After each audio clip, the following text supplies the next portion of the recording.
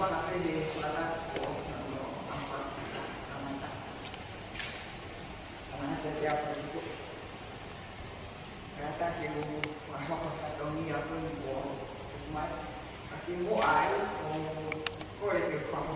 te siasi hono taitali fia koe whafofonga.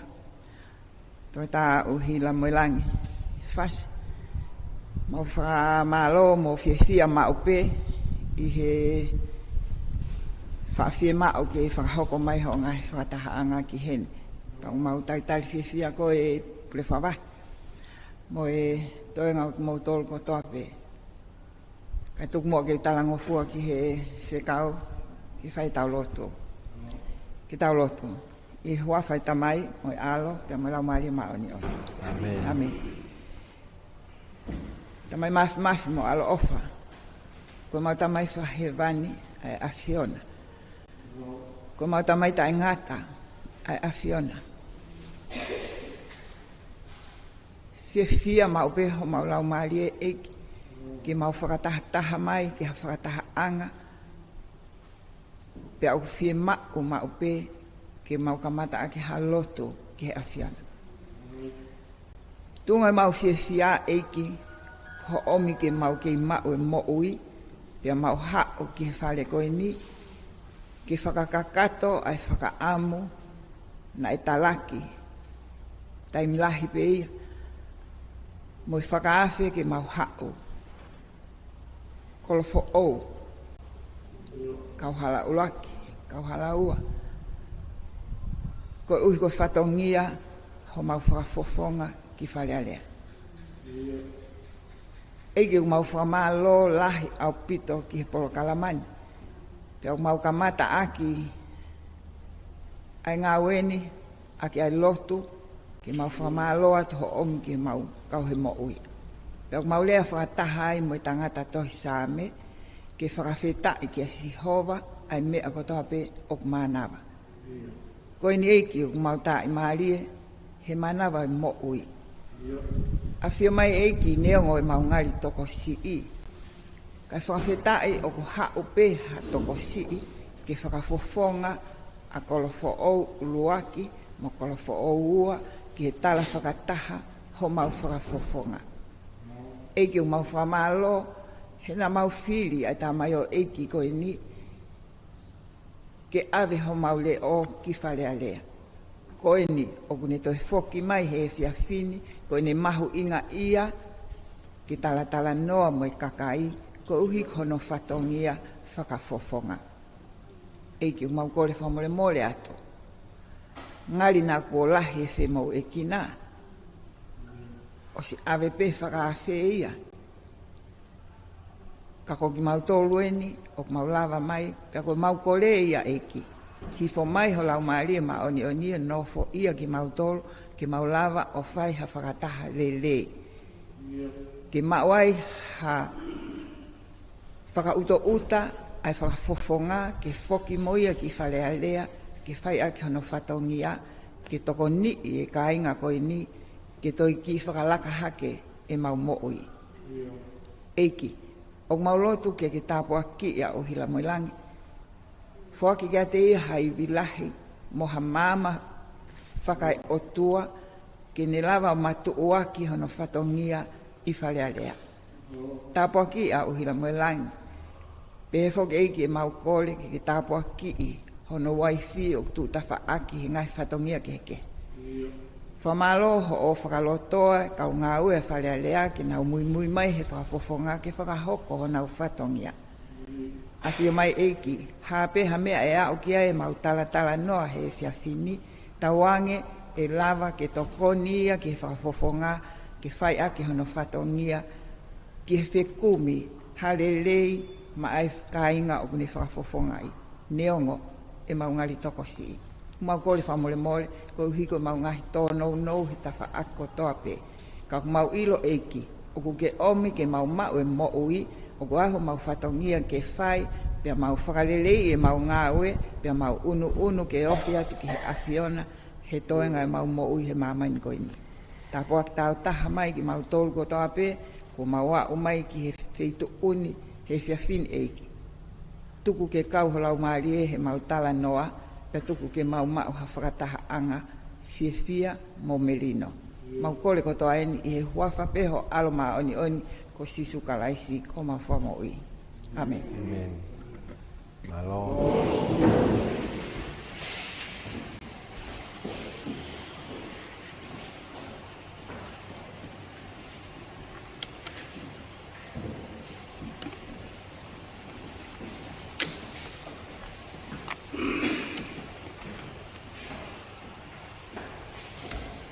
Tapu moe na fio to ma fio da lo tong. Ka tapu ki he hau e whanua ma fio mi lot plus. Tapu ki he tama pinisi upere ake ki apu whatai.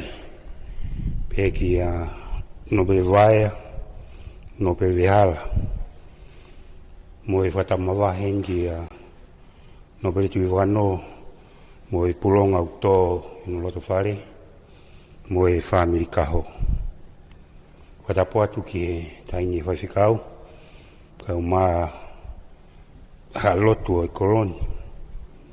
Watapo atu ki e kau matu, mengahi family tupua ko whaoni.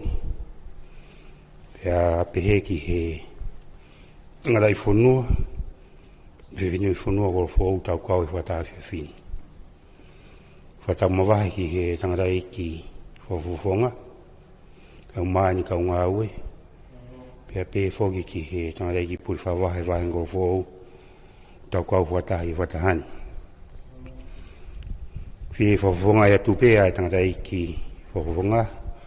Hai taritari whie mo mawhana di mautolu ki he whataha koe ni ko uiaki ki korowhaoni. Hai wahenga ua. Ngi pego e mea a tēn whawhikau, nengo pēu tau ngari toko si. O maau tō lahi pēka kai ko whau, nau whawhanonga mai pēmo. Unau mea i pē nau tōle mea i whaike e whakatahape nau toki whaongongo mai pē. Ko i a tangatai ko whonga o ti ngari toko si, e pēu toko si a ko whau ni. Maulahi pē whi mui ki naga unau ki whaongo mai pē. Ko hea hanga i mea i whaike e whakataha, ko le rei whalukfua pē ia maho tau koloni. Wa malo atu na rei whawhonga i oki mauiwi. Pea ki whakau ai pea ko whaoni i ho wahenga. Moho tokangai. Pea mau poupou atu ai pe. Mo i whatauangi ki hifo ai pe. Tāpua kei ki o whaiwi a koe ka mai tāta iki puri whawahe. Ki ono tokangai o tau wahengan. Ka mai koloni. Ko malo atu gati motor ko tobe mo lawa mai ki tau kau he whataha ko ni pa ua whape tau mau ha whataha le leibi pe heiri ange ni tau mau mahino i hanga hi vai le rei mo whamaa mai whai me takarai ki whawonga ka heu maa no ofisi tal monua ki ati motor ko tobe mga hingau ko tobe pe tal monua tu pe ki koloni ko whape tau mau ngā ulere mo whipoupo waki ki ono langa pe e tau nofua kolo. Te lewa maranga. Maro.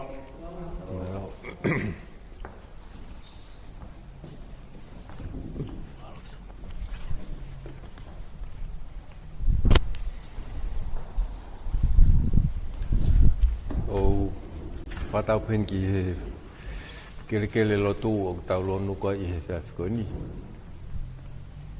Whatapu ki he puri whawahe wahe kolfou. Whatapu ki he whaiwhikau e welin lang.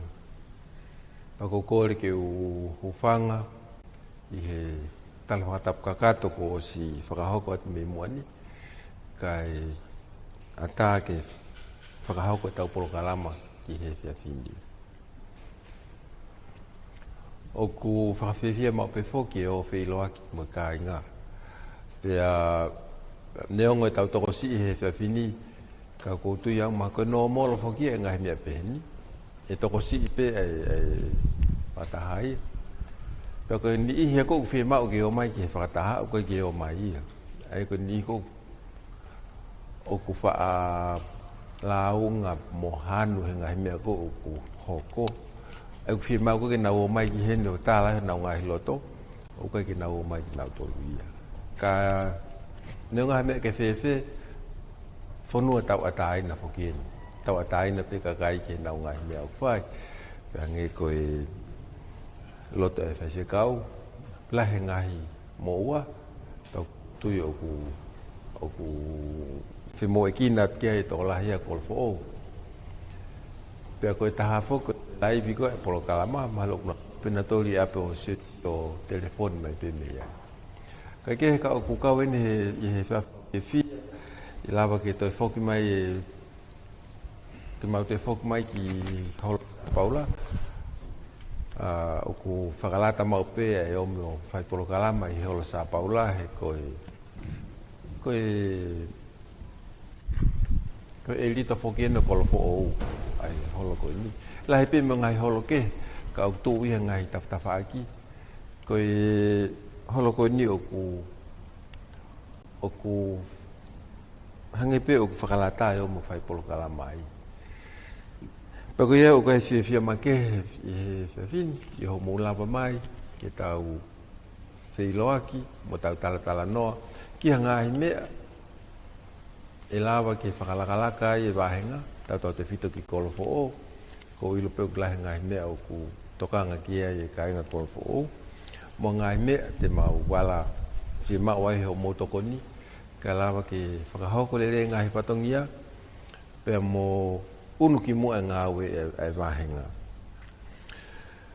Aia koe tau mua pea o mai koe whawhini, koe porokalama ngā mahen pe whokini e wharearea, whai ngahi a ahi, e kau whapofonga ki o nau ngahi wahenga, pea koe kongani o porokalama ahi koe ia.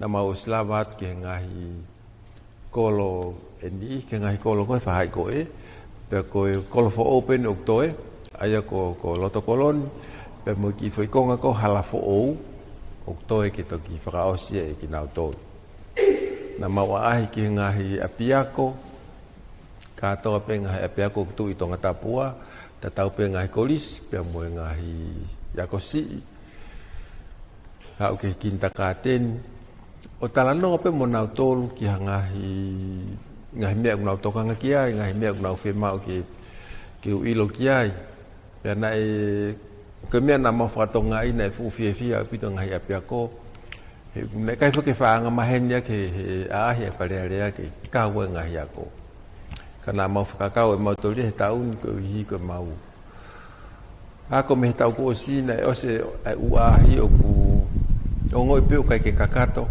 he ko hi ko elemenit mahu inga o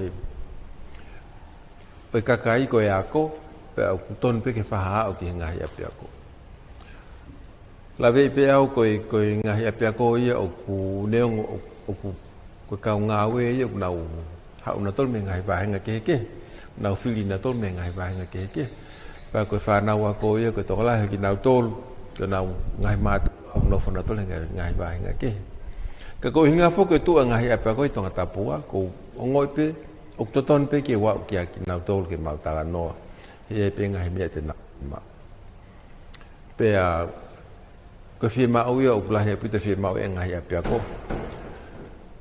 Ka te mau whenga pe ki mau lava tokoni e ngahi mea te mau lava tokoni ai. Toko ngahi mea koe ki mau lava tokoni ai te mau whenga ke kume haka kai o mau lava tokoni ai.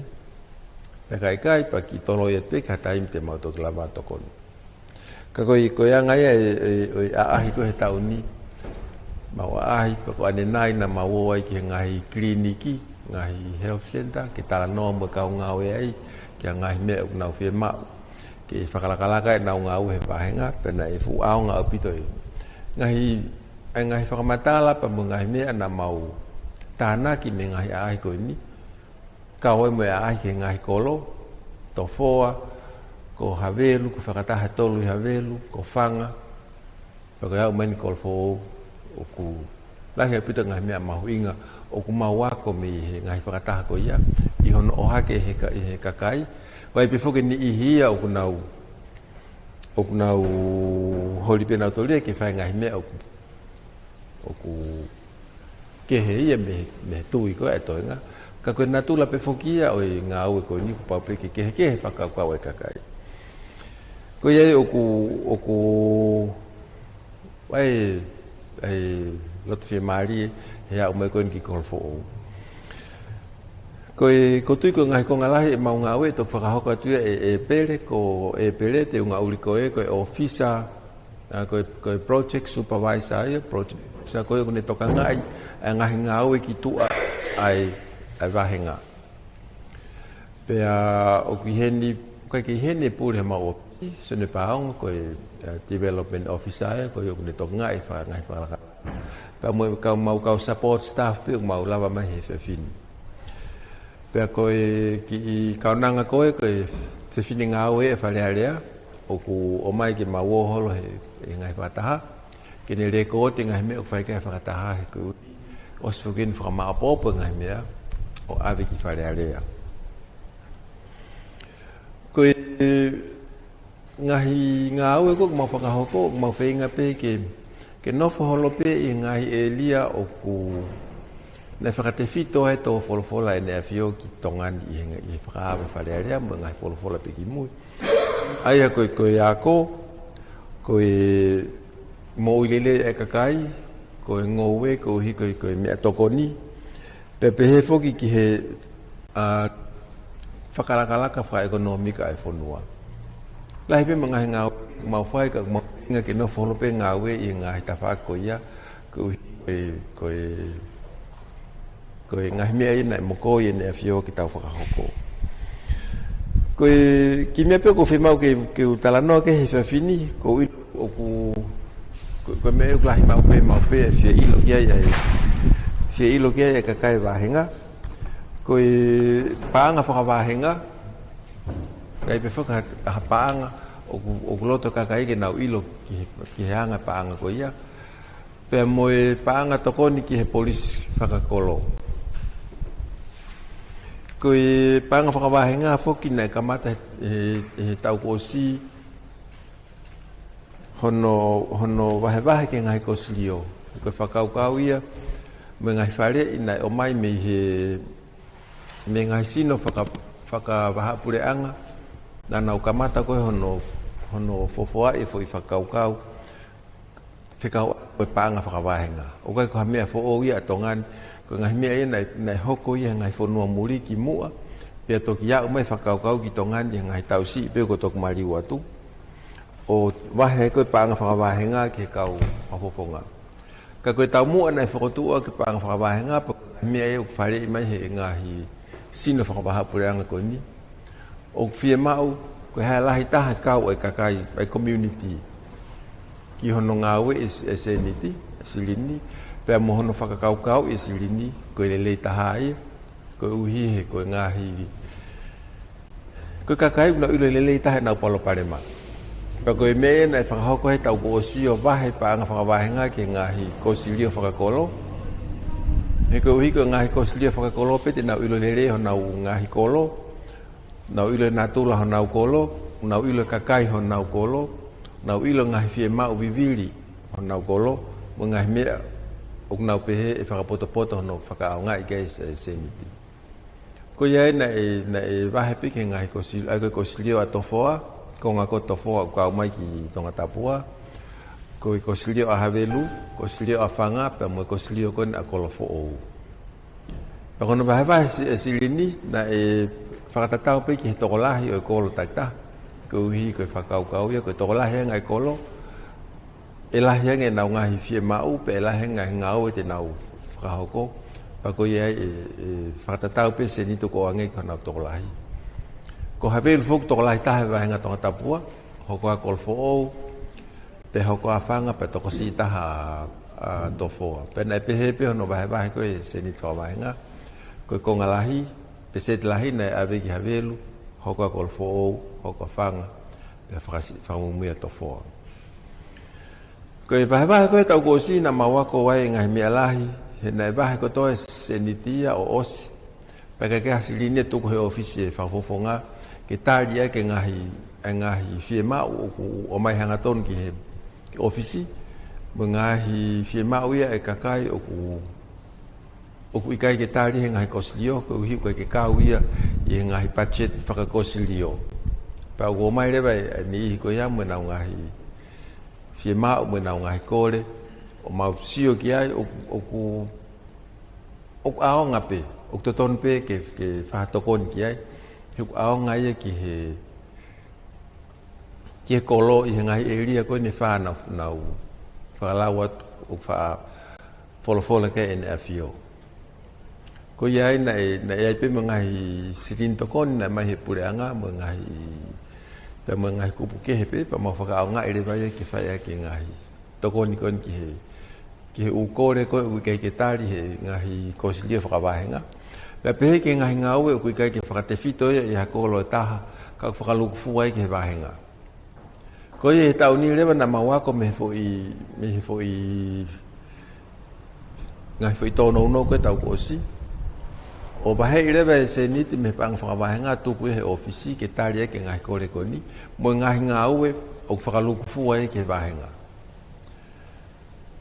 pe osko ya pa ko to nga re na to ba he ke ngai ko slio fa ko lo na mo me ta na ma foto nga tau ko si o ku ke lai fe unga silini ko ba he ke ngai ko slio fa ba nga ke fa ka fu nga we lai ke na foi project lah ya baha kolo ko ye tau ni leva ko tolu kilo foko ko mai he fale area to leva foi ta kilo ke ave ki hakolo o na fa am ke fai ha na project lah ai ko fa kau e kolo ta he taun kolo ke he tau ka hau kolo ke he tau ko mai ai ko foi ta kilo mau pe ko ya ave ki kolo pa ko taun leva na mo mai ko re ya havelu ke whakalere I hona o holo whakakolo.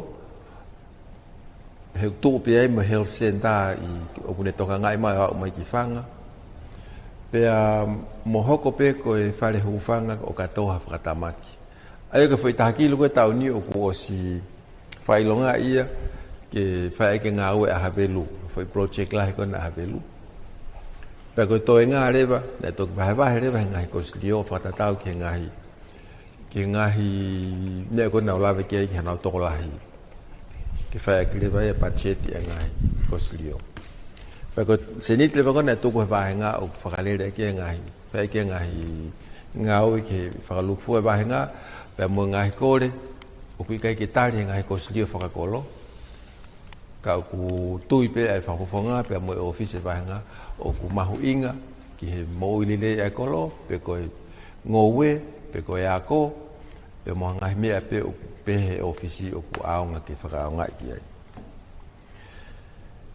Ko e panga ko ko fo na os va me pe ke koslio ai o ku ai pe ai fonga ia ai koslio ki no whakapacheti e na silin ko mai ko ai ko nga o whakanere ke po ako ko ni ko fo me ko nga o ku ai na pacheti ki ha ko pacheti ki ngowe pacheti ki kai fe fine pacheti ki sipoti tau tupu mga ala me pe pe o ku wai pe na fonga ki hono kore ke ko slio haslino ke mau hange ko utimi akapulu ko utimi sipoti ana me ke mau na kore pe ke ko slio pa o toki ai ko slio pe te na tari pe gai angai kore ko ia ko tau senit ko polis fakakolo mai foke fale area pa ngata hakilo he tau ke fakaivi ya ke ngai polis fakolo Koe tutu ni ngau e polis fakolo pe mohono fokotu ngai peis polis fakolo. O kai ke kawa e fafofonga ia, ko ngau e ia o ku fai ia e polis fakawahe e ofisa kolo ko tu o ku kau pe mo polis fakawahe ia. Pe mo kau polisi, no fokotu ko na tolo nau fai tutu uni fie mau ke fokotu ha polis fakolo e lia ko me ia ofisa kolo pe mo kau polisi. Ko e whakafofonga aia mo hon ofisi ko mea peo mauka wai kono whakaivia ngai polis whakakolo. Pena mo whatonga i rewa i ngahi wahe ki mua pa hoko ato whakafofonga na e wahe tatau pe ia ki he fui tokolo e wha. Pena kai rewa ke palanisi he ko uina ina tatau pe a whanga mo enau ki pe ise taha mo kolofo o mo ene pe ise tolu mo Havelu mo ne peise tahaua pe mo tofo mo ne peise tolu na tuai ko na lile me ta kosi pa ungere me ke fonga ko ia o ikai ke to bahe pa ngai e polis kolo ke ngai koslio tuku pe he office whakawahenga, o wahe tatau pe fo i peisi e ua wha koe ai wahenga. Ke tu he tai mini ua wha ai koe wha to foa taha ua havelu, whanga wha pe mo kolfo. Ka koe u peisi kona kolfo o hange ko ku ture, ko mate a te peisi e taha, pe ko peisi tolu ko na toe o ku kake ilo e po hame o hoki ai. Ko whakatanoa pe ki o pisakolo ke ngau e mai ke whengai ke whakamoui ngai peisi. Ko uhi kai whai whakaivia. Ko peisi pe mahalo ko nea polasi ke na ke lelelere mai o au mai ke taun. Ko peisi na tu i lot monga au e. Na o sitala mai o pisakolo ke tamate i koe ke te ala taha i kia. Ko ki peisi taha i apo tui mala, ntongai o te turiki koe, na kei lelere me pe moia ka wholoa ne tae whahawhelongo aki pia mo ki nau tolu. Mo peise tahana e tuu i he apiko no masiva ofa, whitaula ki anga koe ne hala holo mui, mo hala whatwhehi, na ki peise tahana e tuu ai. Ka ko tari me ui e peise a koe ia. I hinga ke he kehepe, ko hinga te whito ki he mate ngai peisi, koe ki te hakakai ia. O whihono kumiha ni hia, whalalaanga, ke nau o whakahoko ngā ue ko ia. Ko taim pe koe na whai lockdown ni, na mo ui mea ngai peisi, ko hina mahino e ngā ue na e whimau ke whai. Pako ne ospe ko ia ko kai ke toi, ko o kakai he tori, ko lwhau ia o whiu kumiha kakai ke o mo o whakakakai ngai peisi. Ko aure kakai ke iwi mālohia he tima ngai he kehepe. Kakai ke te ahataha ia pa o sitowhiha e ku kore ki he ofisa ko. Ke whengai ke whakotuu e ngai peisi he ku... Neongo peo koe ke hoko ha ngahi whakatamaki hangu tau ko osi ke whai ai hat whakatapu. Ka koe kau kai hae o ka ke nau māloholo nau tolo nau alu takahalape na tolo he aha moe pohe whai e kai. Ka ko tupe mahal na tokon mai pule whakawahe ke whahana ngau e mo ofisa kolo ke ngai peisi kon a kolfo o. Ko havelu ko kolo ia o ku mo ui lelei taha nau ngai peisi whakakolo nau peisi e tahaua o kei lelei pe.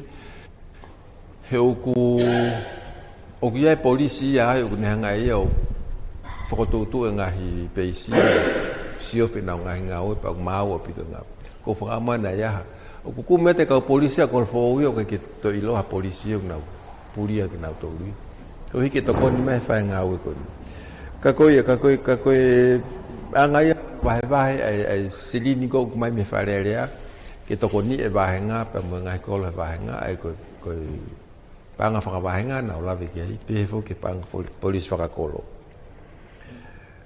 Ka au ku whai pe ngā ue lahi au pito ai wahenga ke pau i pe o ku tari o ku whakaai e whie mau e kakai o sen e toki whakahoko at lewa e pere e whakamatala ngā ue ko e tau whuku mariwa tu ne lahi ngahi māmahala na mau kore ki he wharepanga pe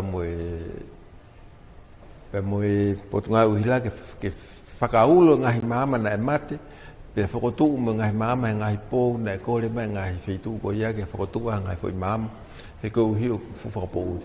Pe nei lahe pute māma i kolofo oni na whakaulo, whakotuu who. Lahe mo ngai whitu na whakotuu a ngahi māma sola, koe mahu polokalama whakotuu māma sola na e kei lere mai pe.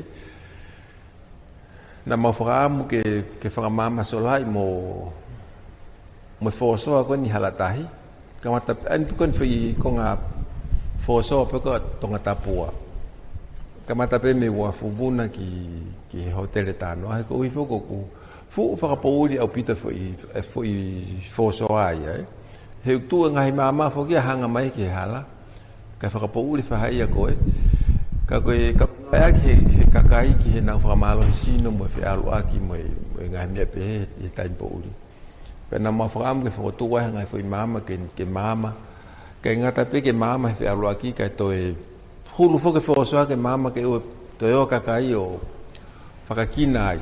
he ko ngai mena ma fato ngai ko ilahi whakapauri ko e whosoa ua kakai e whai ngai mea ke ai kaua te i aisi mo hafua ko ia kana e te ko ke whakahoko i ngai ngau ko ia taof mai me te ki hono toi whakotuha ngai mamas ki tau ngai mamas sola tau tolu ia ai wahenga kau taof mai me te ki ke kau ku mau ke tari pe ko feta i me whakangofua mai ai na mau fa mau ai mama he ko si ko ngai mama hala ko ne si whakaulo i tau ko si he mau kore ko ki he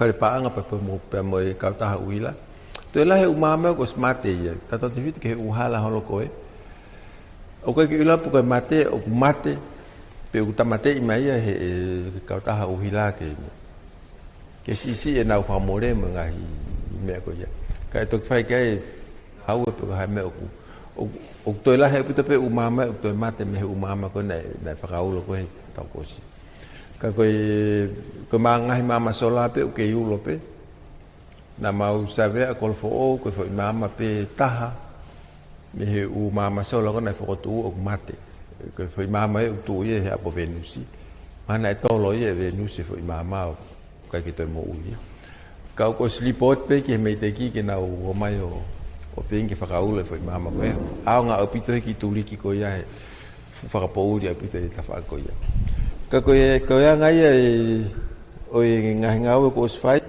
pa ko ngai ngau ka ko mau ki te mau te pe u ngau ta tau ka ko a nga fo ki ta fata he poni ke whakahau ko ma ngai me mo whakaam ki fai ka mau tana ki mai ke mau polo kala ngau me mau ngai palan ngau ko i ki whakahau ko ia ke fie maria ka kai kolo ko ia ko ma ko ngata i ki whakamatala kai hoko leve tau asenita ito whakamatala e pere e ngai ngau e ko whai mo ngai mea ki mauto ki ilo ki ai mauto whai ka po tala noa malo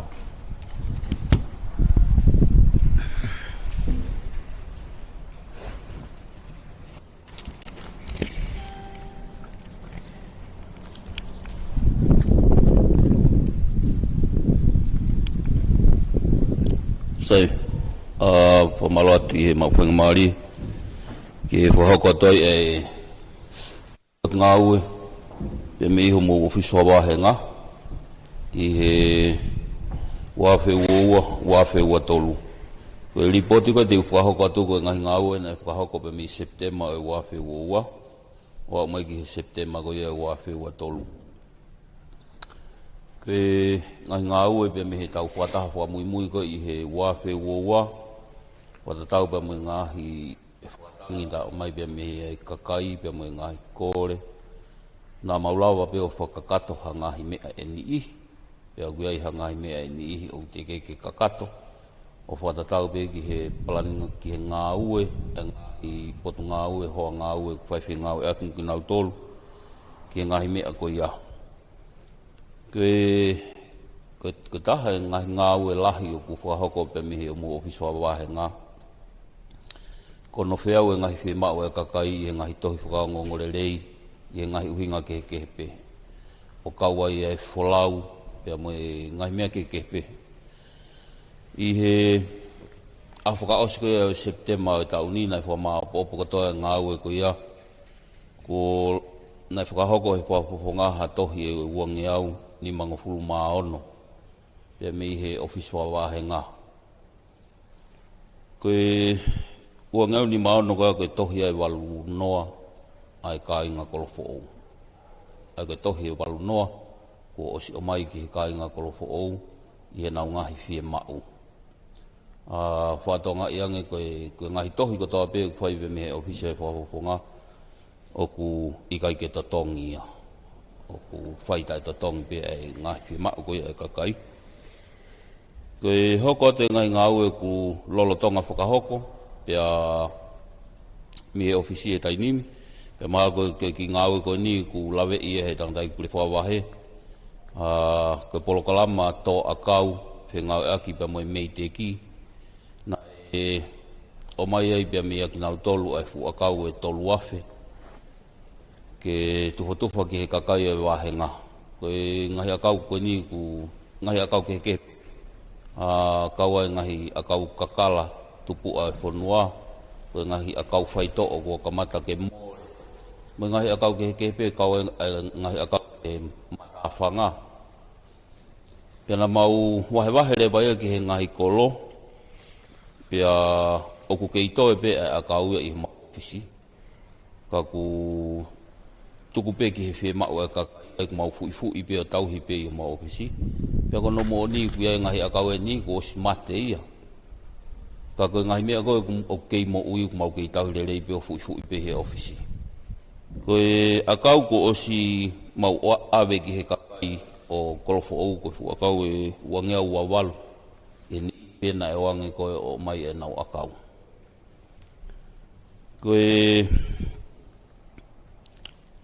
ko tau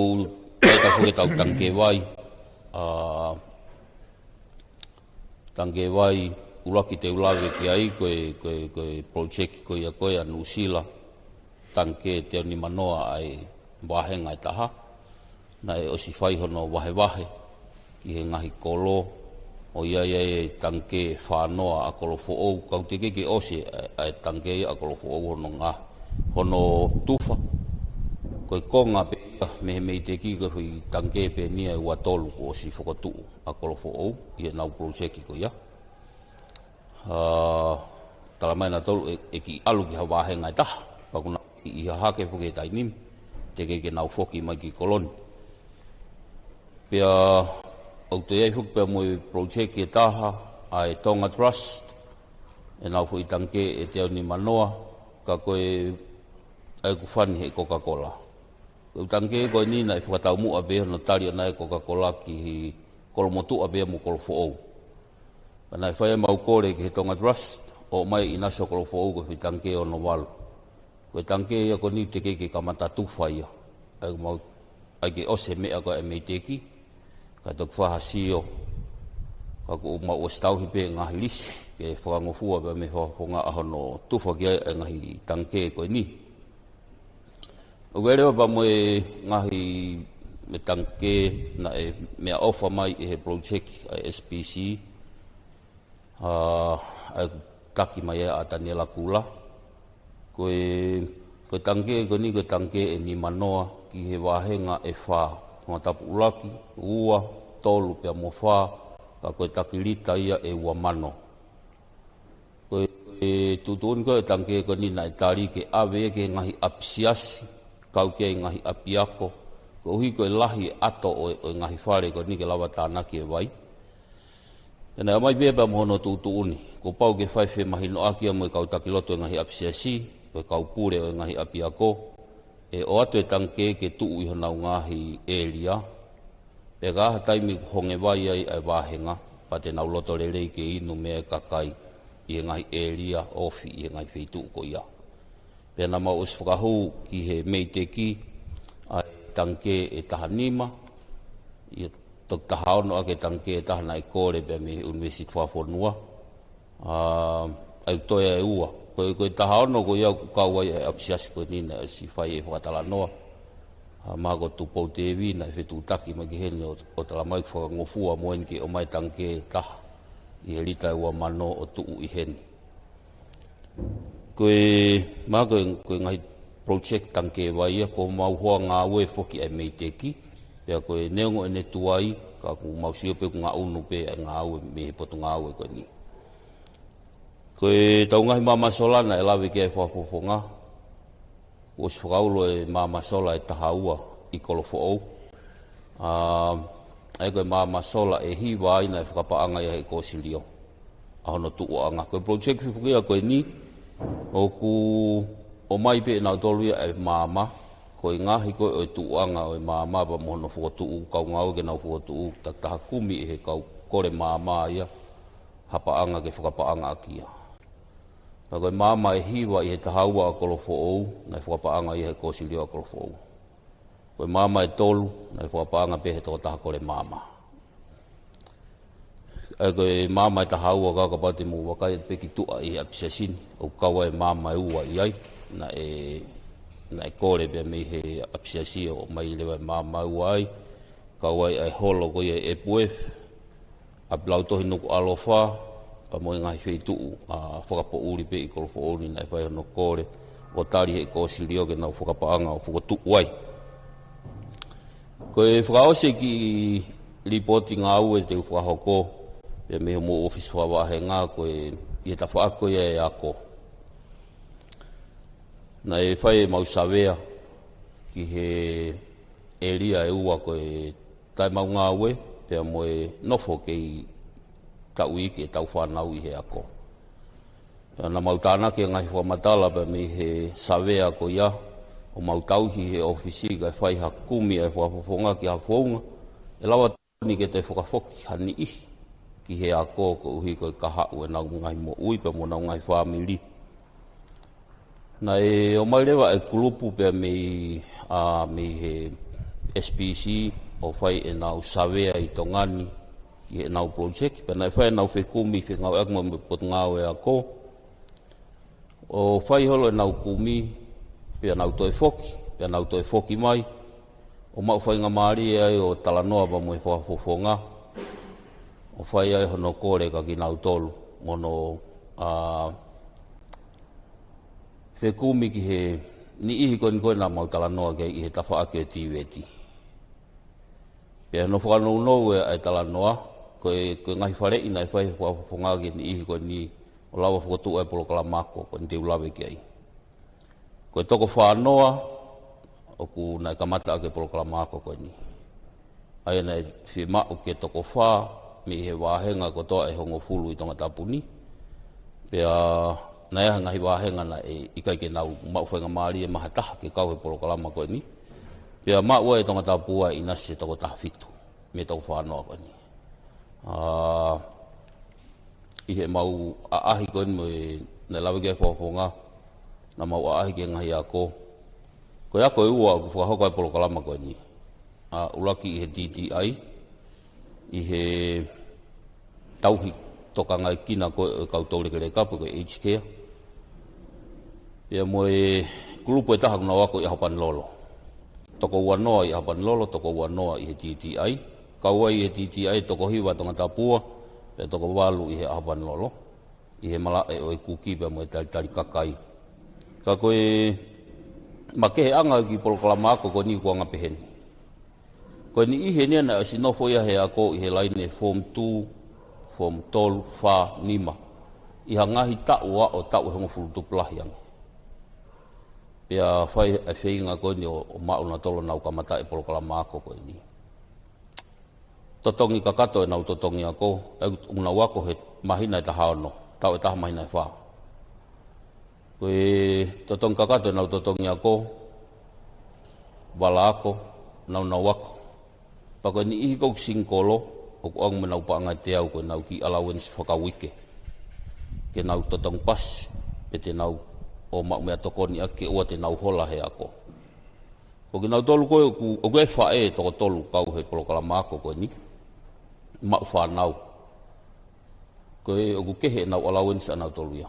O ange nau pangai te au tatau hangen au lawe ke ane nai, tatongi ako mo mea koto ako ia. Paku toi o ange mo nau pangana toi uange ni manoa ki kumi ake peipi sita. Ke no nau whanau ka nao mau kakata proklama ako. Ka nau whai te liha pena koe toko tolu peipi sita taha koe whae pe ai whae kou kau he ako. Pea koe toko ua rewa ko nao ngo mari pe nao ako peipi. Pea o gai mo nau takpanga ni manoa ki kifo i ulu e kaureka. Ke nau mau mea tokona ke fo i wike ka nau. Kalpe whae tokang ke ako. Mahino peke ako maakona, ka koe tahak toka ngak lere nei whanau. Koe mau talanoa koe pia mo Ellen Mone pia mo timi koe me SPC. Oku osi pe nau wako, au nau toki osi nau tole nau mahina tahanoa na toke November tau hou. Osi kapa nau ngau ere wahe mahina tolu, sepe ngai ngau e anga osi wahe ki nau tolu ki ai. Nau wahe pena tohe mahina tolu wa mehe projeki. Kone osikau maa nau ki certificate ngā ue, pia kamata whetuku rewa na tohe projeki Nusila mo Australia, ki ngahi ngā ue, i malai pe kou nau wako ki ai.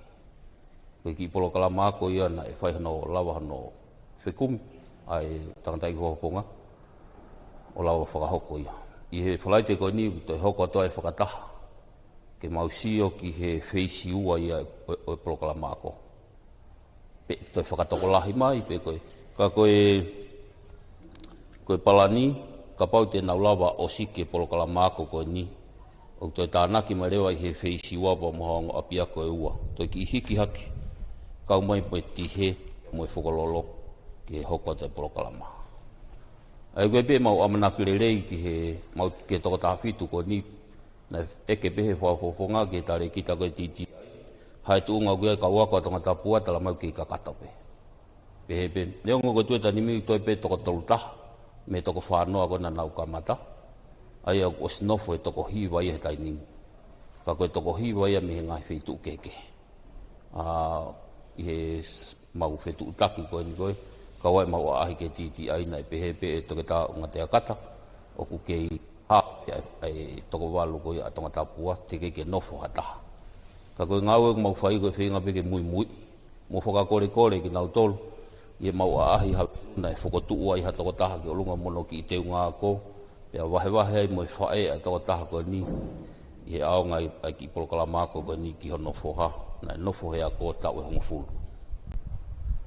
I e be mau amanaki, pure whawahe, ka mai ka inga korofo ou, e hoko atu hono mui mui e ki Polokalama koe ni, ko hatoko ni ki he ni ihina e kai ke to iaha amanaki.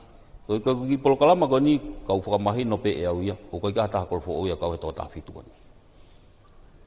Pea nei kai koha iaha whainga uhinga ia, ka na mau alo au ki atu unga, koe alo e mau mea rere, koe mau whaka urifu koe tō taha korofo ou. Alo e mau mea rere me i he api, ki he api, ki he api. Hono kore, whakakore kore, kore ka tupou te ewi ke toko ni mai mua ki hono kore tamaiki ke nau anke whakataha. Koe nau aloange pe koe, koe talatu pe koe, koe ako tauhi waiwai mo e ako kuki, koe nau alpena toka alo e peke ke nau toi asiang nau tolu ia. Koe nau alange pe koe, atu e ako kaka e aho mahina e taha ono koe nau alpena toka alo ai pe. Kung nau tok whakatau mala i he ngahi monu ia ku mau he ni i koe ni. Ka kou tui pe mahalo ka pau e feisi ua e ako mahalo e kei hao fia ho mau ofisi he. He oange ai ni i koe ni, ai ni i ke mau whainga maari. Mau koe ki ngau e pia ku whakahoko pe me mo ofisi whawahe ngā. Mau koe whamole atu ka pau kaha tau no e mau kua whatongia pe me he ofisi. O ku ikai ke tuku hale rei. Ko mau rei taha pe ku whakahoko aki. Ka ku e iai pe e ngahi tau no. Ka mo whamole anki mau tolu. Te mau whainga ke whakarere e mea katoa pe.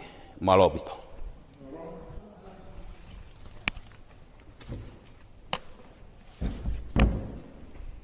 Kata koe whainga maari e koni ka pau ku iaha taha ku iaha mea e tokanga ki ai. Ha fie whehu i pe ko ha ke tau whakawhi e whafonga ke ne tari ha ngai whehu i a ngai mea kumu fie ma. Pea ka pau ku maunonga pe muto koe rere i taha ia. Malopito.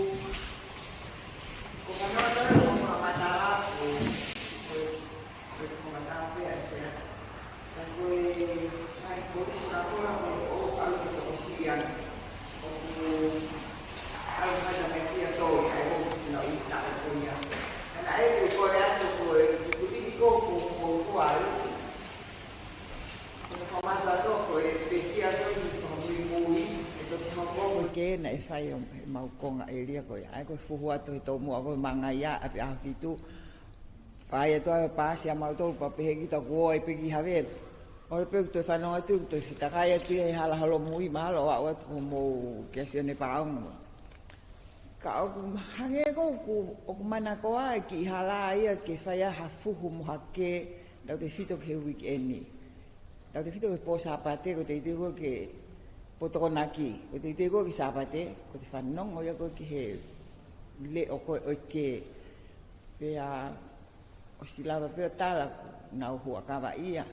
Pa mo to ilea ko ku fai aki ko fekai la i ko he mea ko ngai fo ilea ko vika ko pehe mahalo una no funa to fitu mama o ka ko tai mo na o ke ai ko nge o ke ma fitu pa ko ngai le ko fe la fo aki pa alfo ve nu si mo na fitu ki fanga ya ki he o ko ki fa no nge ya ka ko na ko fa no nga ma ko o fi nge ko ka ma to lu ko kulu ko na he apo masiva o fa ai o kuila lo atu ya ka ku mahalo ko anga ke to ko le ko ku alu ta ku ala ko fo o ya ka pa pe ana e ha ka security fe fine ma na me milang kai to tu pe ka to ka pa to ka ka ya te se ha to hoko o ko ka o ma to ka mata tu pe me Pacific Team ba alu anga o le ki mai le ta o me mi hoko pe he weekend ko to o ki va ha ni ko mate fra muy mahalo ko ne ki malona tu pe he mai to hoko pe e ti sema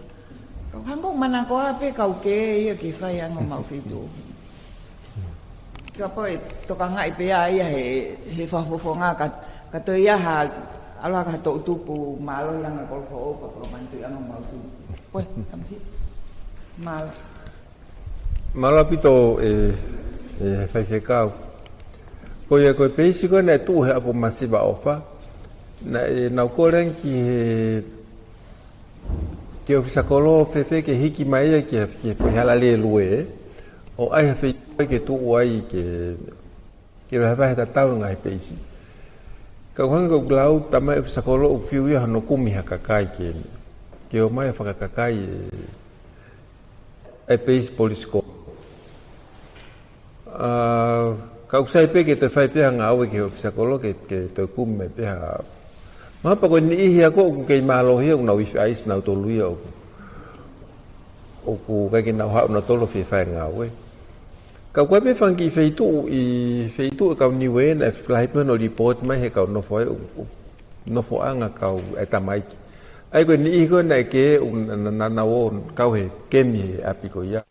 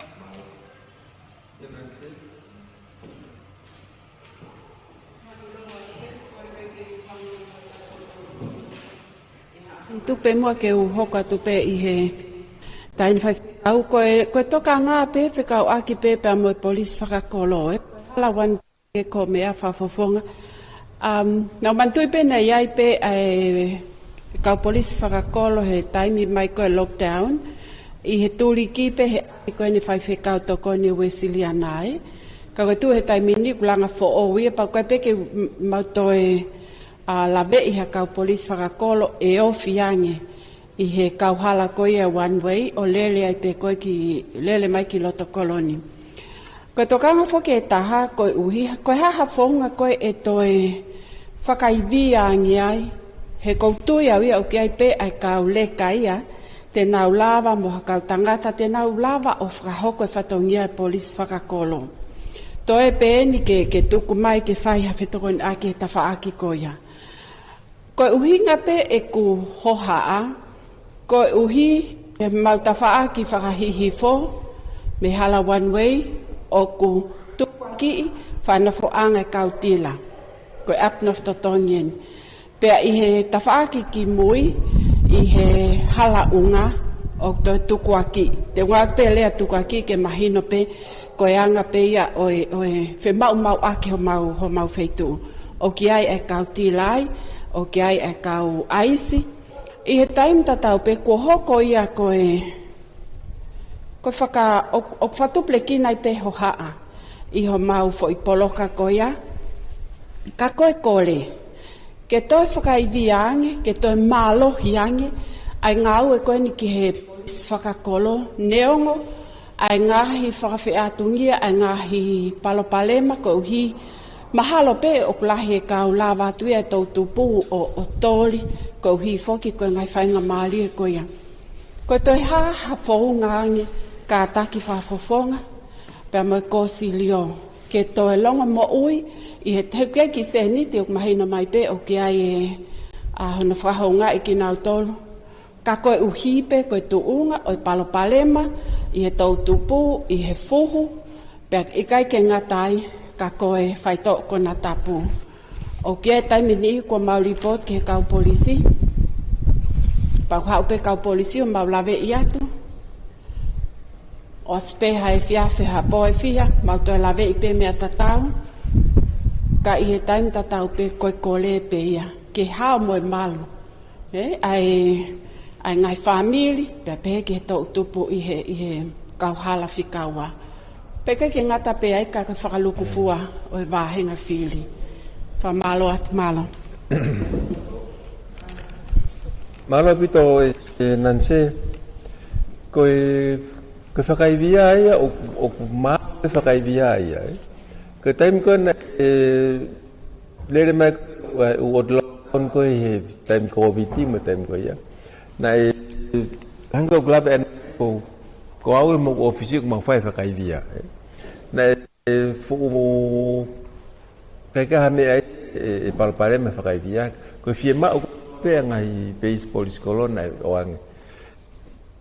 oange mau pe e nau silin ke kume ka nau ne akai make nau me ikawa kume sigareti ne mo ngai kume nau ngai me nga kume nau kasa ko hape nau ngai au ne fakaka pe office fawahenga ko ni kon pesi kume ito mo nau hinakasa mo nau kulo mo ngai pe ke fakahoko ke nau me akai e poli ka lava fo ke nau latai ko ngai pesi ni nau fie mau ke anga skala ate skala ke nau aka halo e poli o fa nau petrolo o mau o pito pe fa ka via ai pa ko ke atai mi e ta re nau fie ma ko pala pale mai ko kakai ko ke o hata o ku fio fisa ko lo e ha ku mi holo ko kini ia ko na nau fa ma ngau e ta ko sio ko al no tori mengai me ke pe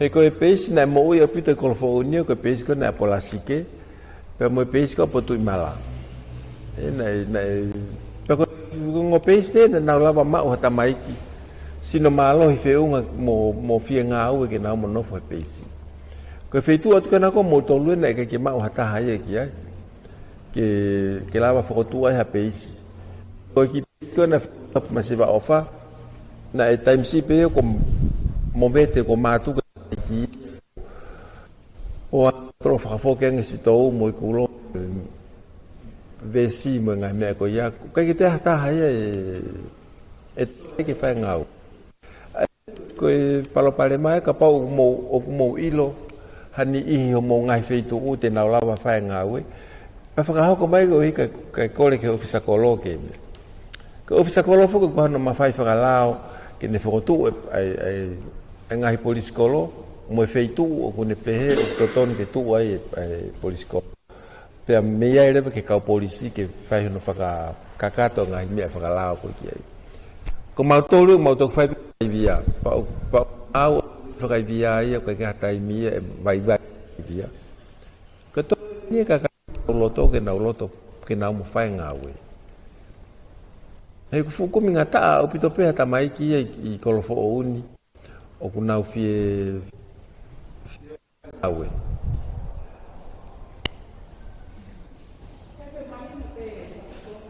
e tai tau pe kai pe to konia ata pe na la e ka ko pe ta ka pa to lo kolofo ki ba mai ki ate ko na ko e ki lo mu ngau e ati ana ko e ofiki e koe ka pau pe ma ka mai ki ko le pe lu ke ia ha post e ta ha pe ni hala van mai Nei tu pe fo ke pe sia ko I lot mo ngawe.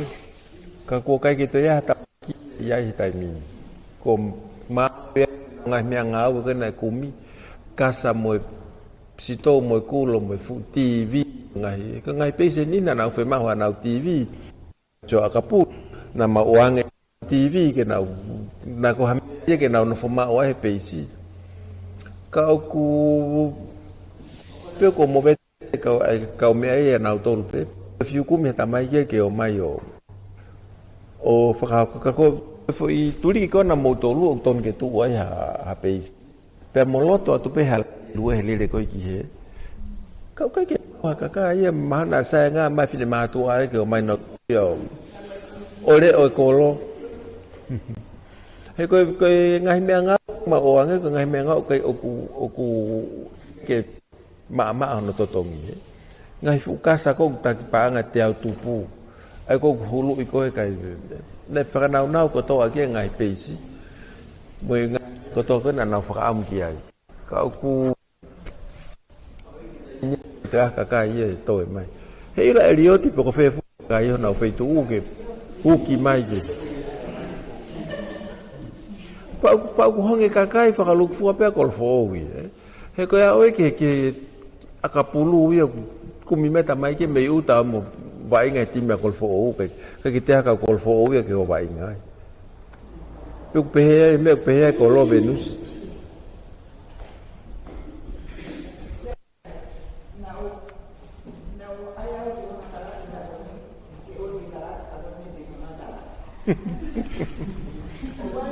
ai ki polisi fe fine o mawapi ka ku hike ten ke ki fe tu ta ma me to fok ma nei a ta na hanga ta lang ki ai ko ai ko pal pare ma me pe ni o pal pe ki ta tu ka fu me le o e ke mai ma me pe kiam ai mai hin ko pe ko hai o ma me pe ko ne ha mi va ma fa mo ko pe ya ta pe ya hen ta mai ka fe a pe ko mai hango ko le ha ke pe na ko ha o mai pe ke ilo pe ko ta no foi api ko ha le ma o tarangi ka no ta no ke ki polisi ko ne ko la alo o fe nga ko mo pot nga ke u ala tu mo a ke ha pe ke nene ke no ha o va ai to ta pe mai ko me fa ka I ko pe ko ne to ha pe ha lo to ap ma ta hen mo apo ia ko lui holo ke mate ngawe tau he fana pe ka wa ui ke la pe ma wa pe ayo abi mo tolu ko ma na pe mai to ta o ke fa ka hua ko ya fe ho fa ko pe e a o ki ai ka pa wa fa ka ngofu mai ai pi he life ui to mo no pe ka kai fine mai pe ai pe ta la ke ilo he ka fa ya no fine na ana pe kai hange ko ai pe hat ne to I ku pe ko mau to pe la vea pa ke alta mai he kai ale fa ho fa hela ale fe tu kwang ku ni na ni ma ka to pe fa to ku ko le o o wa bene ki to ko ni ka ko sia o ma halo ko ne pa pe ha fa na ka wa ha ta I lo a ko ngo to o to fo he api ko he ku wa fin mo to mo ne pe ke nene kana ma ta mai ki polisi tu ko fa ma he ku hanga ya to ha ke si fa to ngia ko ni sia si ko ba ko ospet o ko hanga ai ke fa na ke mate ai pe ke la vea o hi ke o to ha o ka ma ko fa nga fa ka ia puli fa vai ka pa e alu pe o pe he ma ko me ke tawa se pe ko puli fa ba he na ku na ngari saya nga ke maya u me fa na ye ke tau le o ke kolo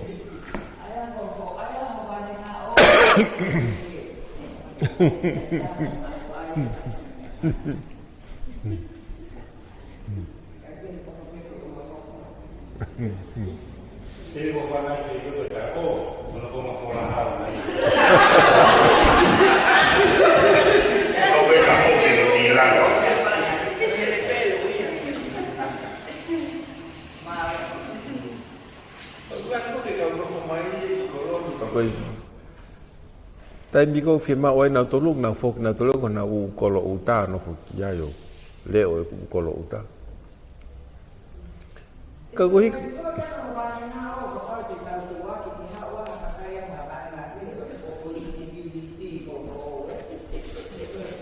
na ngal sang ke mai ka ha be luok na to la hi ke mai na to lo fa ka ka kai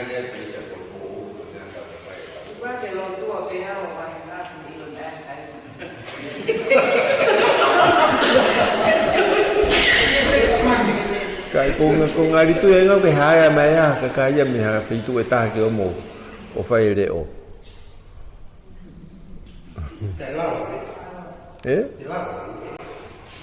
Ela bateria.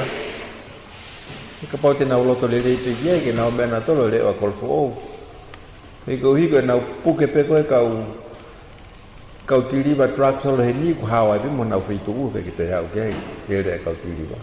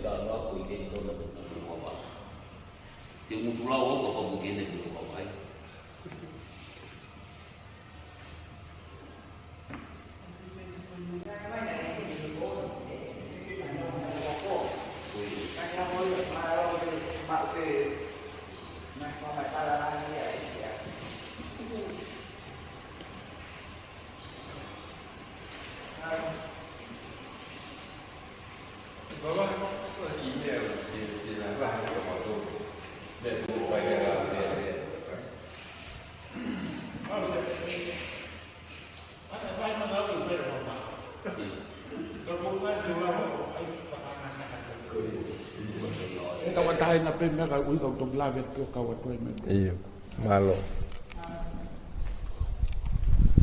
Teme toka ngia ta.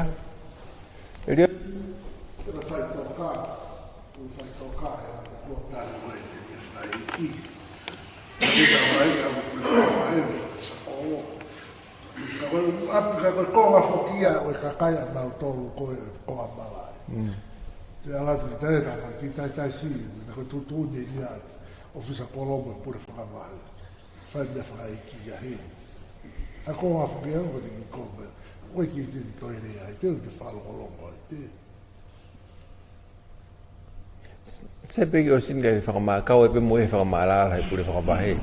Ko ngā koe ki whai toka, koe whukono ngā hi lao fo o ne tai miniu. Kai ki puro ko mahino e ka tau tolu. Kai. Wow.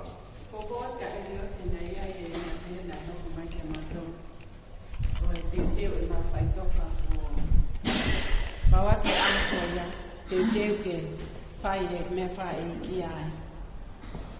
Ai e ko te hepe, ko tu uni ai ofisa kolo. Ka na mau osi, pahe e mau tolo, ko tahai o mau whamiri ki ia. Me pe na mau whai ko mau whainga pe, whaapa ki me whai ki. Ka kono moni na mau loto mamahi lahi. He na e osi, ia maaka ia ki he. Toko tahape, ka whai tu uni ofisa kolo. Ko tu e kai kia melino i ai. Ko melino e mau ia i whakakau, mo loto, whakaapa ke mea whaeiki. Ko maulava ko mau konga whaitoka, ka tu e ni e tonga tapu tolu, kua osi, whakaosi e whailotu, ka whakahaele mai pekia. Na maulaunga pe o au, ki he ofisa kolo, mau whaeke whakalau, ka koe mau whakakau pe, koe uhi ki whakaapapa i tuku a, he kua mau e mea kotoa. Ka mau ki male e mau tō ke ta whaakio whakio. Koe uhi ka kono mo ni pe o whaingataa, e kātaki e mea koia. Ka i he tainu ta tau pe, o toi whai pe whakaapa ki he pekia. Pea lahe ngahi tala noa ki he kehina a maika ki mautolu. O a ki ofisa kolo, kai ke fi admit he ofisa kolo ko ia. Tuhu ia ke tō taha, a ua ke tō taha ko ia, tuhu ke ofisa kolo, toi tuhu ke tō taha malu he pule anga. Kai kua mea ia whasai, kai kia me lino ia.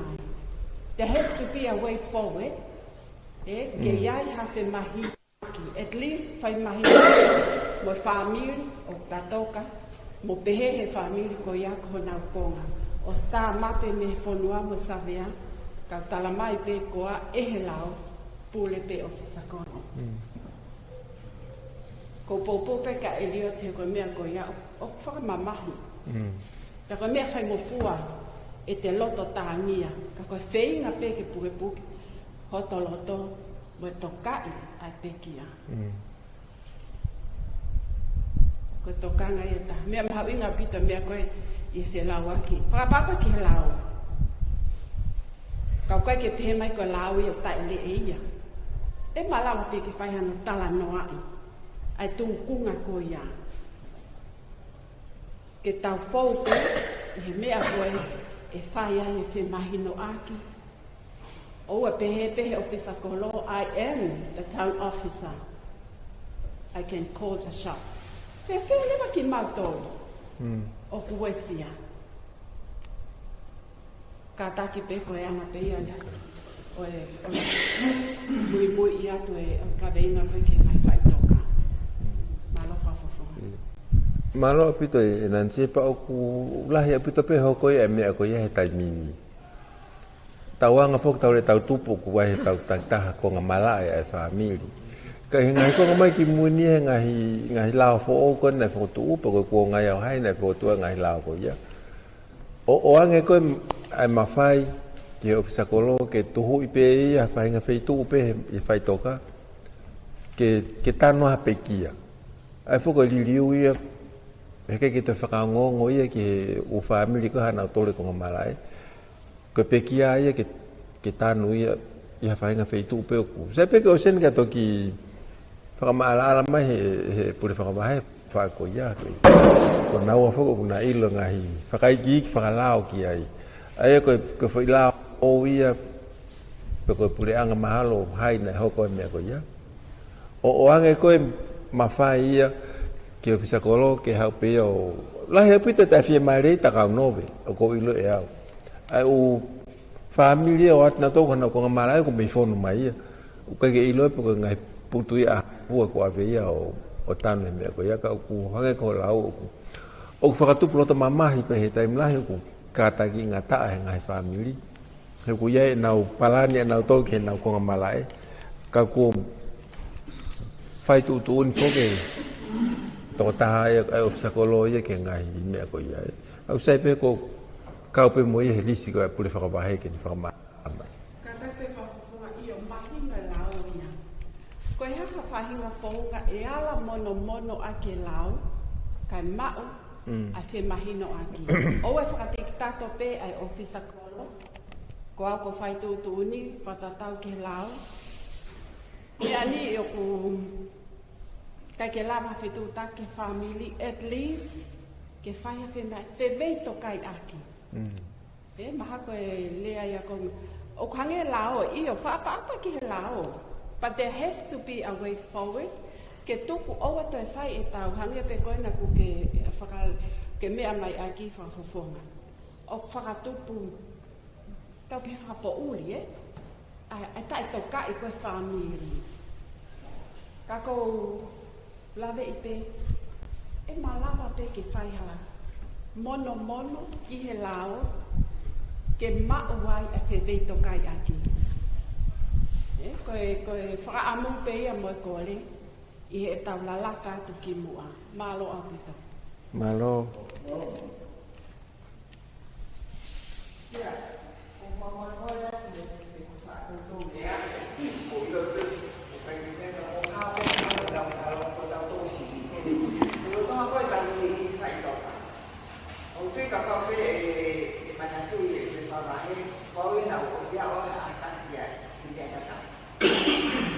Pek whakangofua he ofisa koloia e mea whakaeiki ke oange o tanu he mau ki konga I tangau noe wofia peko mou konga malai.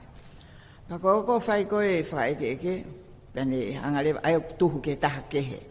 Tala mai ko osi whemahino aki pe mo e pule whakapahe. Mana pehea ka ki ulawa alu ke pule whakapahe. Alua o au ke pule whakapahe. Pako whai ia lahi ita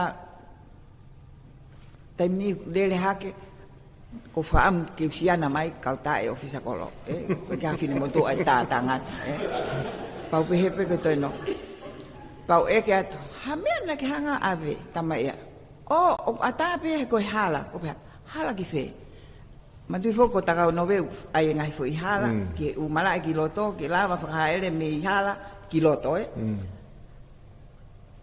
sea ko to giron tako ko kolofo o yo ke maulalo ko hala fa hai ko fuputu ni fa hai ko ka ko mau ko ngamala ke o sianga pe iloi ko ngamala hoko mai family hoko mai ko ka ka valiko ko sete sen na fai ai ofisa kolo ko siana ko si mate o hanga iloi ka pau ko hanga ko o iloi hamina ka ke ave ke ko ka valiko tanoi he ko na pe hoko mai ka ke ave ko ke mau konga moi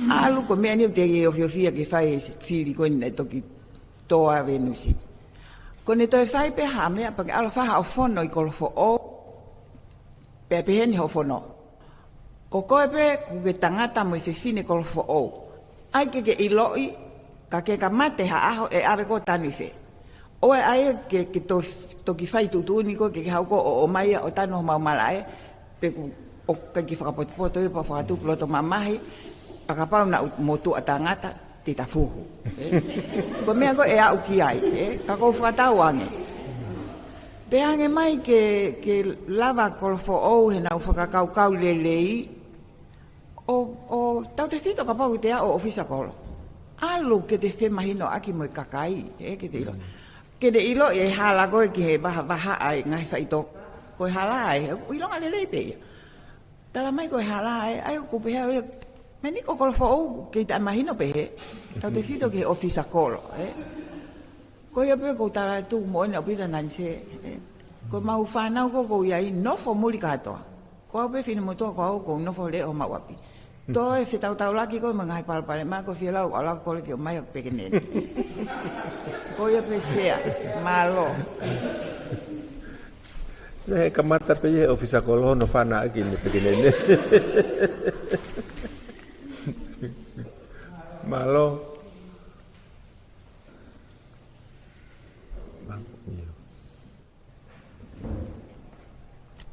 Malo ati e lau lere ko ia tau ahi i e whiawhiri. Ko e lau lea kua malo ko awhi tata i te kua wahe. Ko e mōre kua hoko e lau lea kua malo. Lahi ia te kua awhi e te whai te kua kaos i tau kua tā ka kua malo.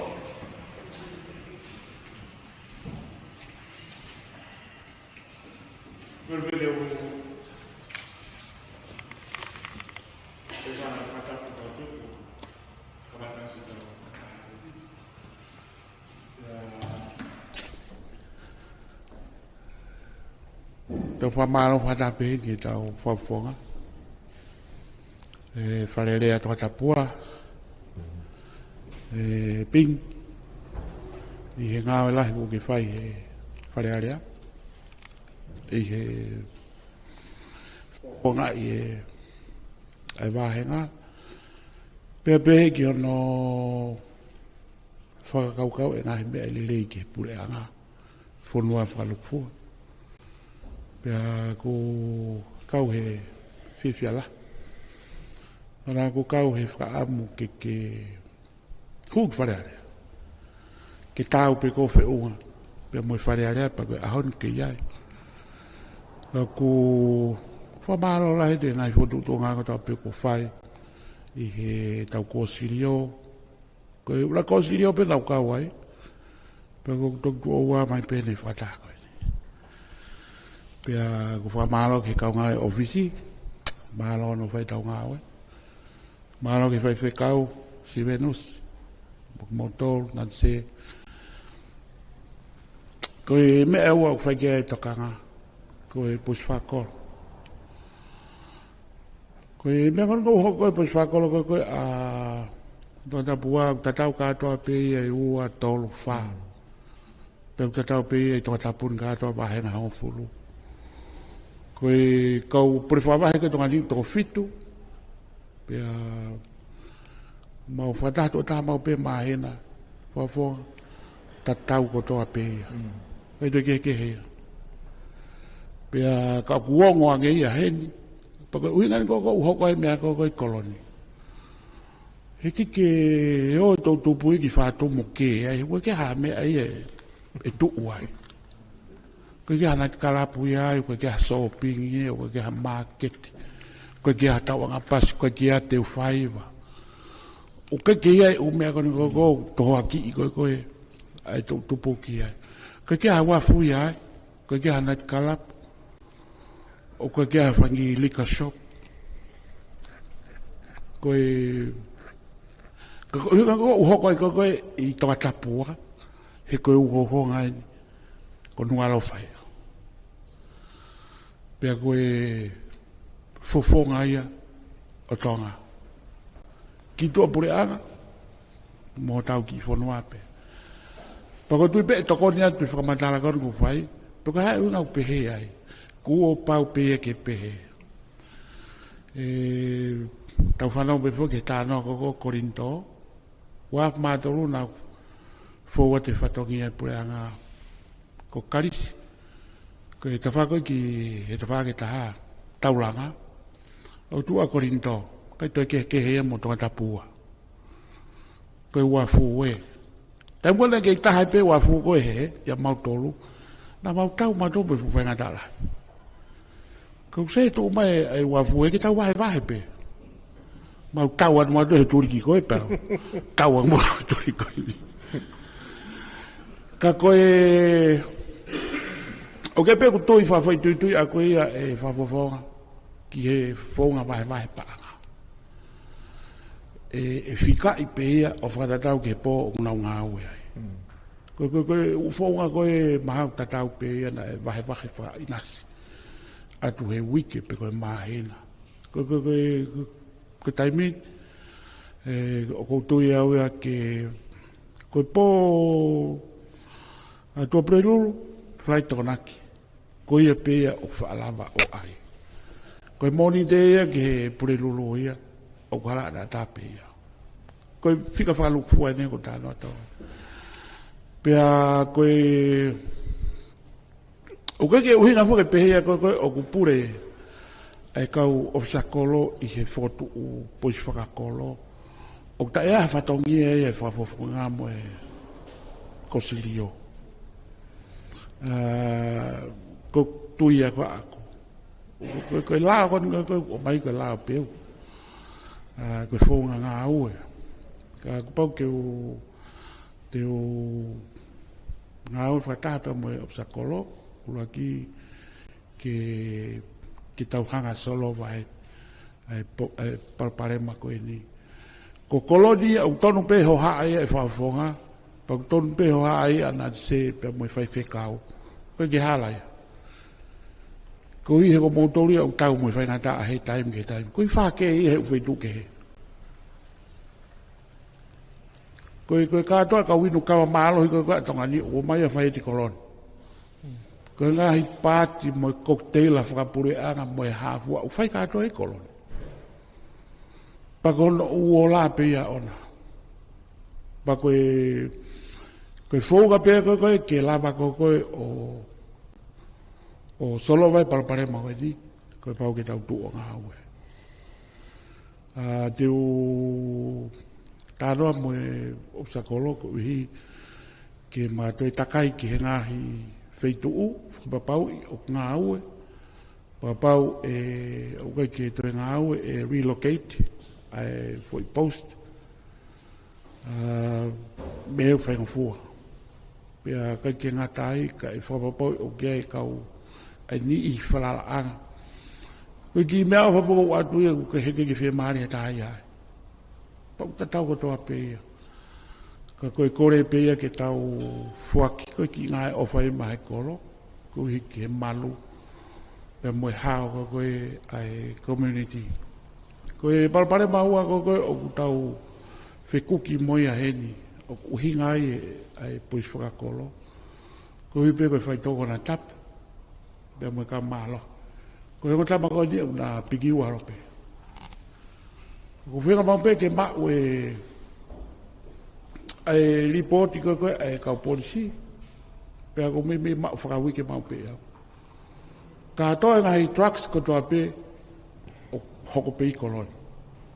Ka hana inga, hangi pe koe me puka nau lama koe kia gana. Koe uwhei tu e nia au whai ai whai whakatau aki. Mono pāsi holo ai umea koe ia. Pea e osiake pe ia, koe ki tamai me whei tu ke. Me pe tau kakai tau tō. Ka koe e whakahingo ai a heni, he tai mau ia heni. Mau ia he api heni. Pe koe hala, pe koe api na foanga, pe koe ngahi api ngā ue. Koe mea noa o te hokot kia koe api koe ngahi whaitoka. Pea mōne apito pe e tā noa ia koe ke palpare ma koe ni.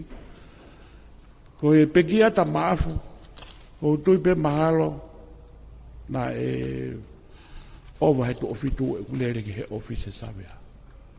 Koe kore whai toka.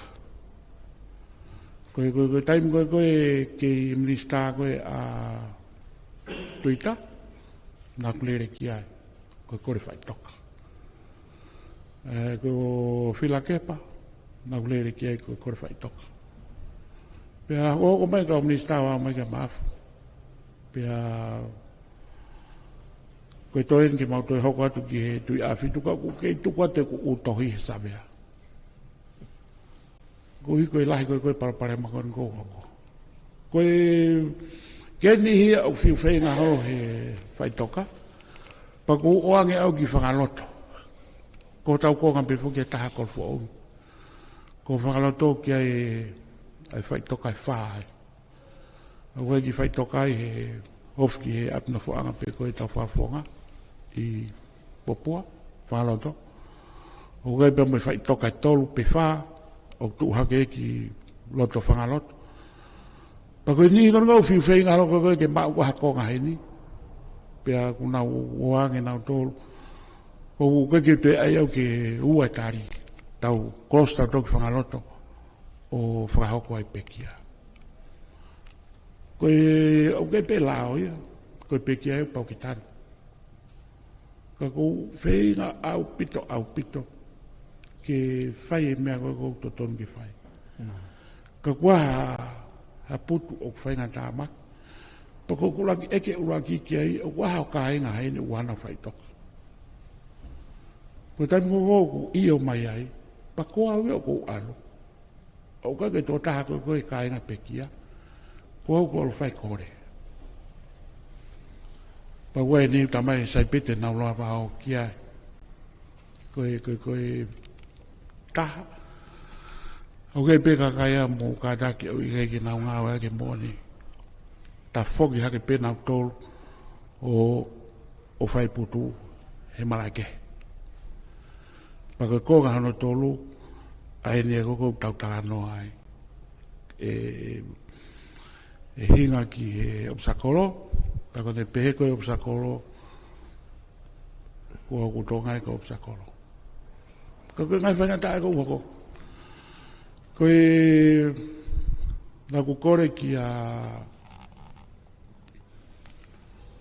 ti a fitu bista fonua koe ni paku o koe konga whaitoka o ku o mai pia me noarei ai koe ki konga nai mau he pure anga koe ki pore beto no pia nang talangi ki am sakolo koe kau putu koe kou hoko mai kou koe kia hanau whaitoka pe ave kato ia ki ai. Koe ki whatongia pea koe o malawa whai.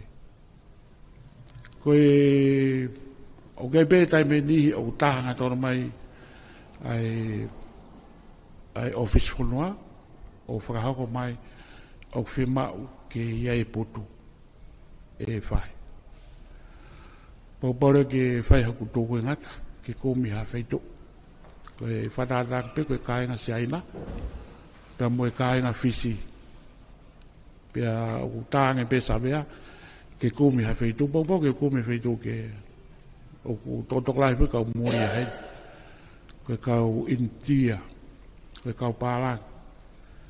Paku naunof kātoa pina te he eria koe nunga rofa.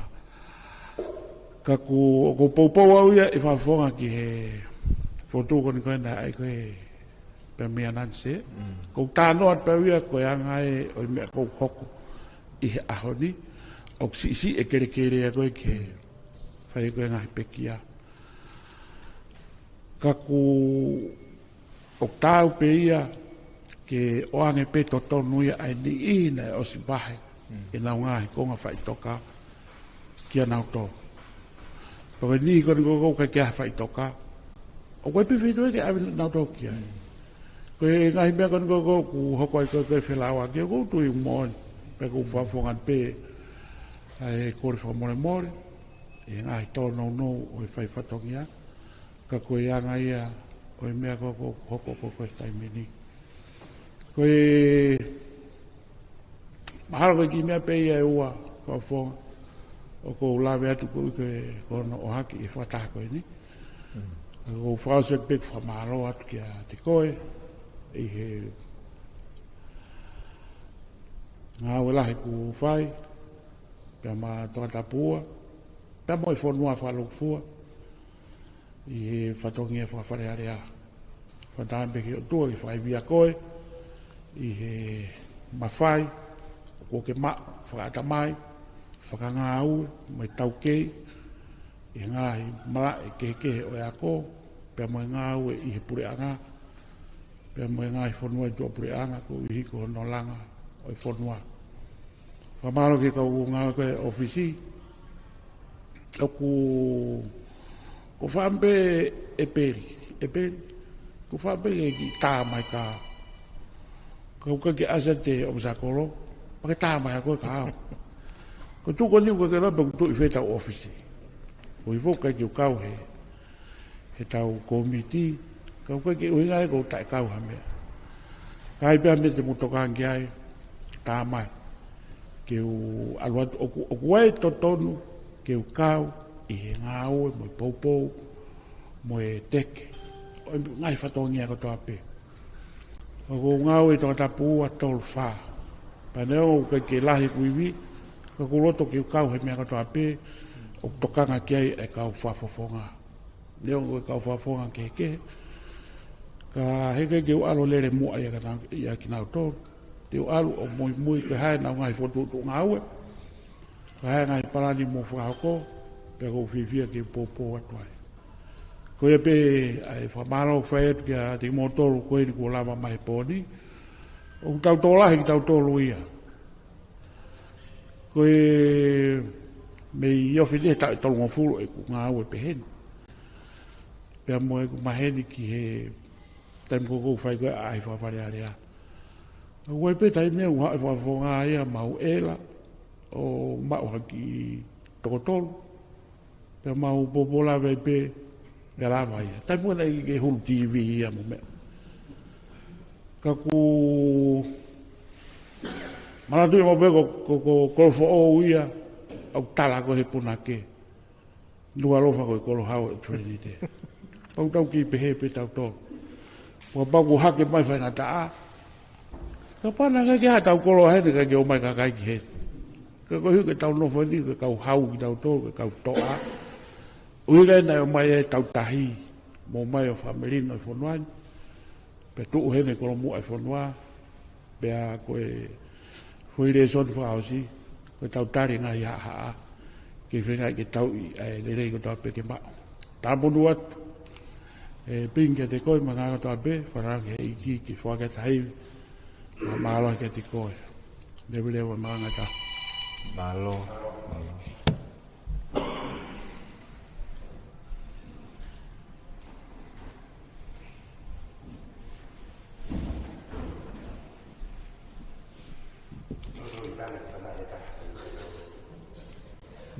o malo at o kore whamore more at kainga kore fo o maha nai o mpea ke pehe ke tau mai pe o whafofonga o tau kainga pe au tau fia pe tau lava o se tano at pa ku mau whatawange pe whafofonga e te lava pe o mau hame ke tokon ko ngawe ke ngawe whahoko tako whakaosi pe e pe maha te tokulurua ta ke o mai whanki a kauia ke tō mo le mate he ko mauapi ko e lahi tāpea ko i siaine mo i hopa mo i fumango mo i futawa mo i fume ka mai e whanki a kau koe nā ke tō kai toki tuwhaat ka nanse mo mea ke ao ngai tau aka ka ke mamaro o rakai tau whatahapa o whatahrele tau whatawange pe ka to ia whataha ke hoko e tau toi whainga maari ai, ka tau lotu whaosi.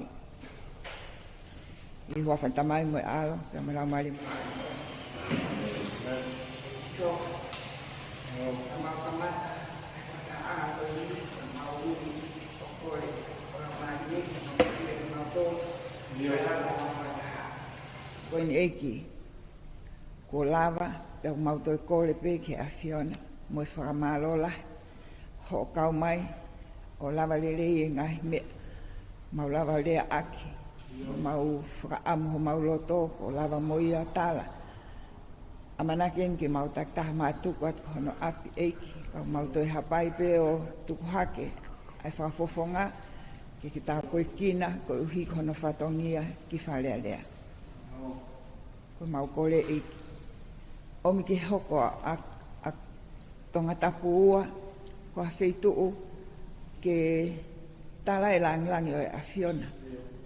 Pea iai peha kuonga e ikai ke mau ke whekuki mo ngai whainga taa o a honi ka lava ke mau nofo fia mo melino.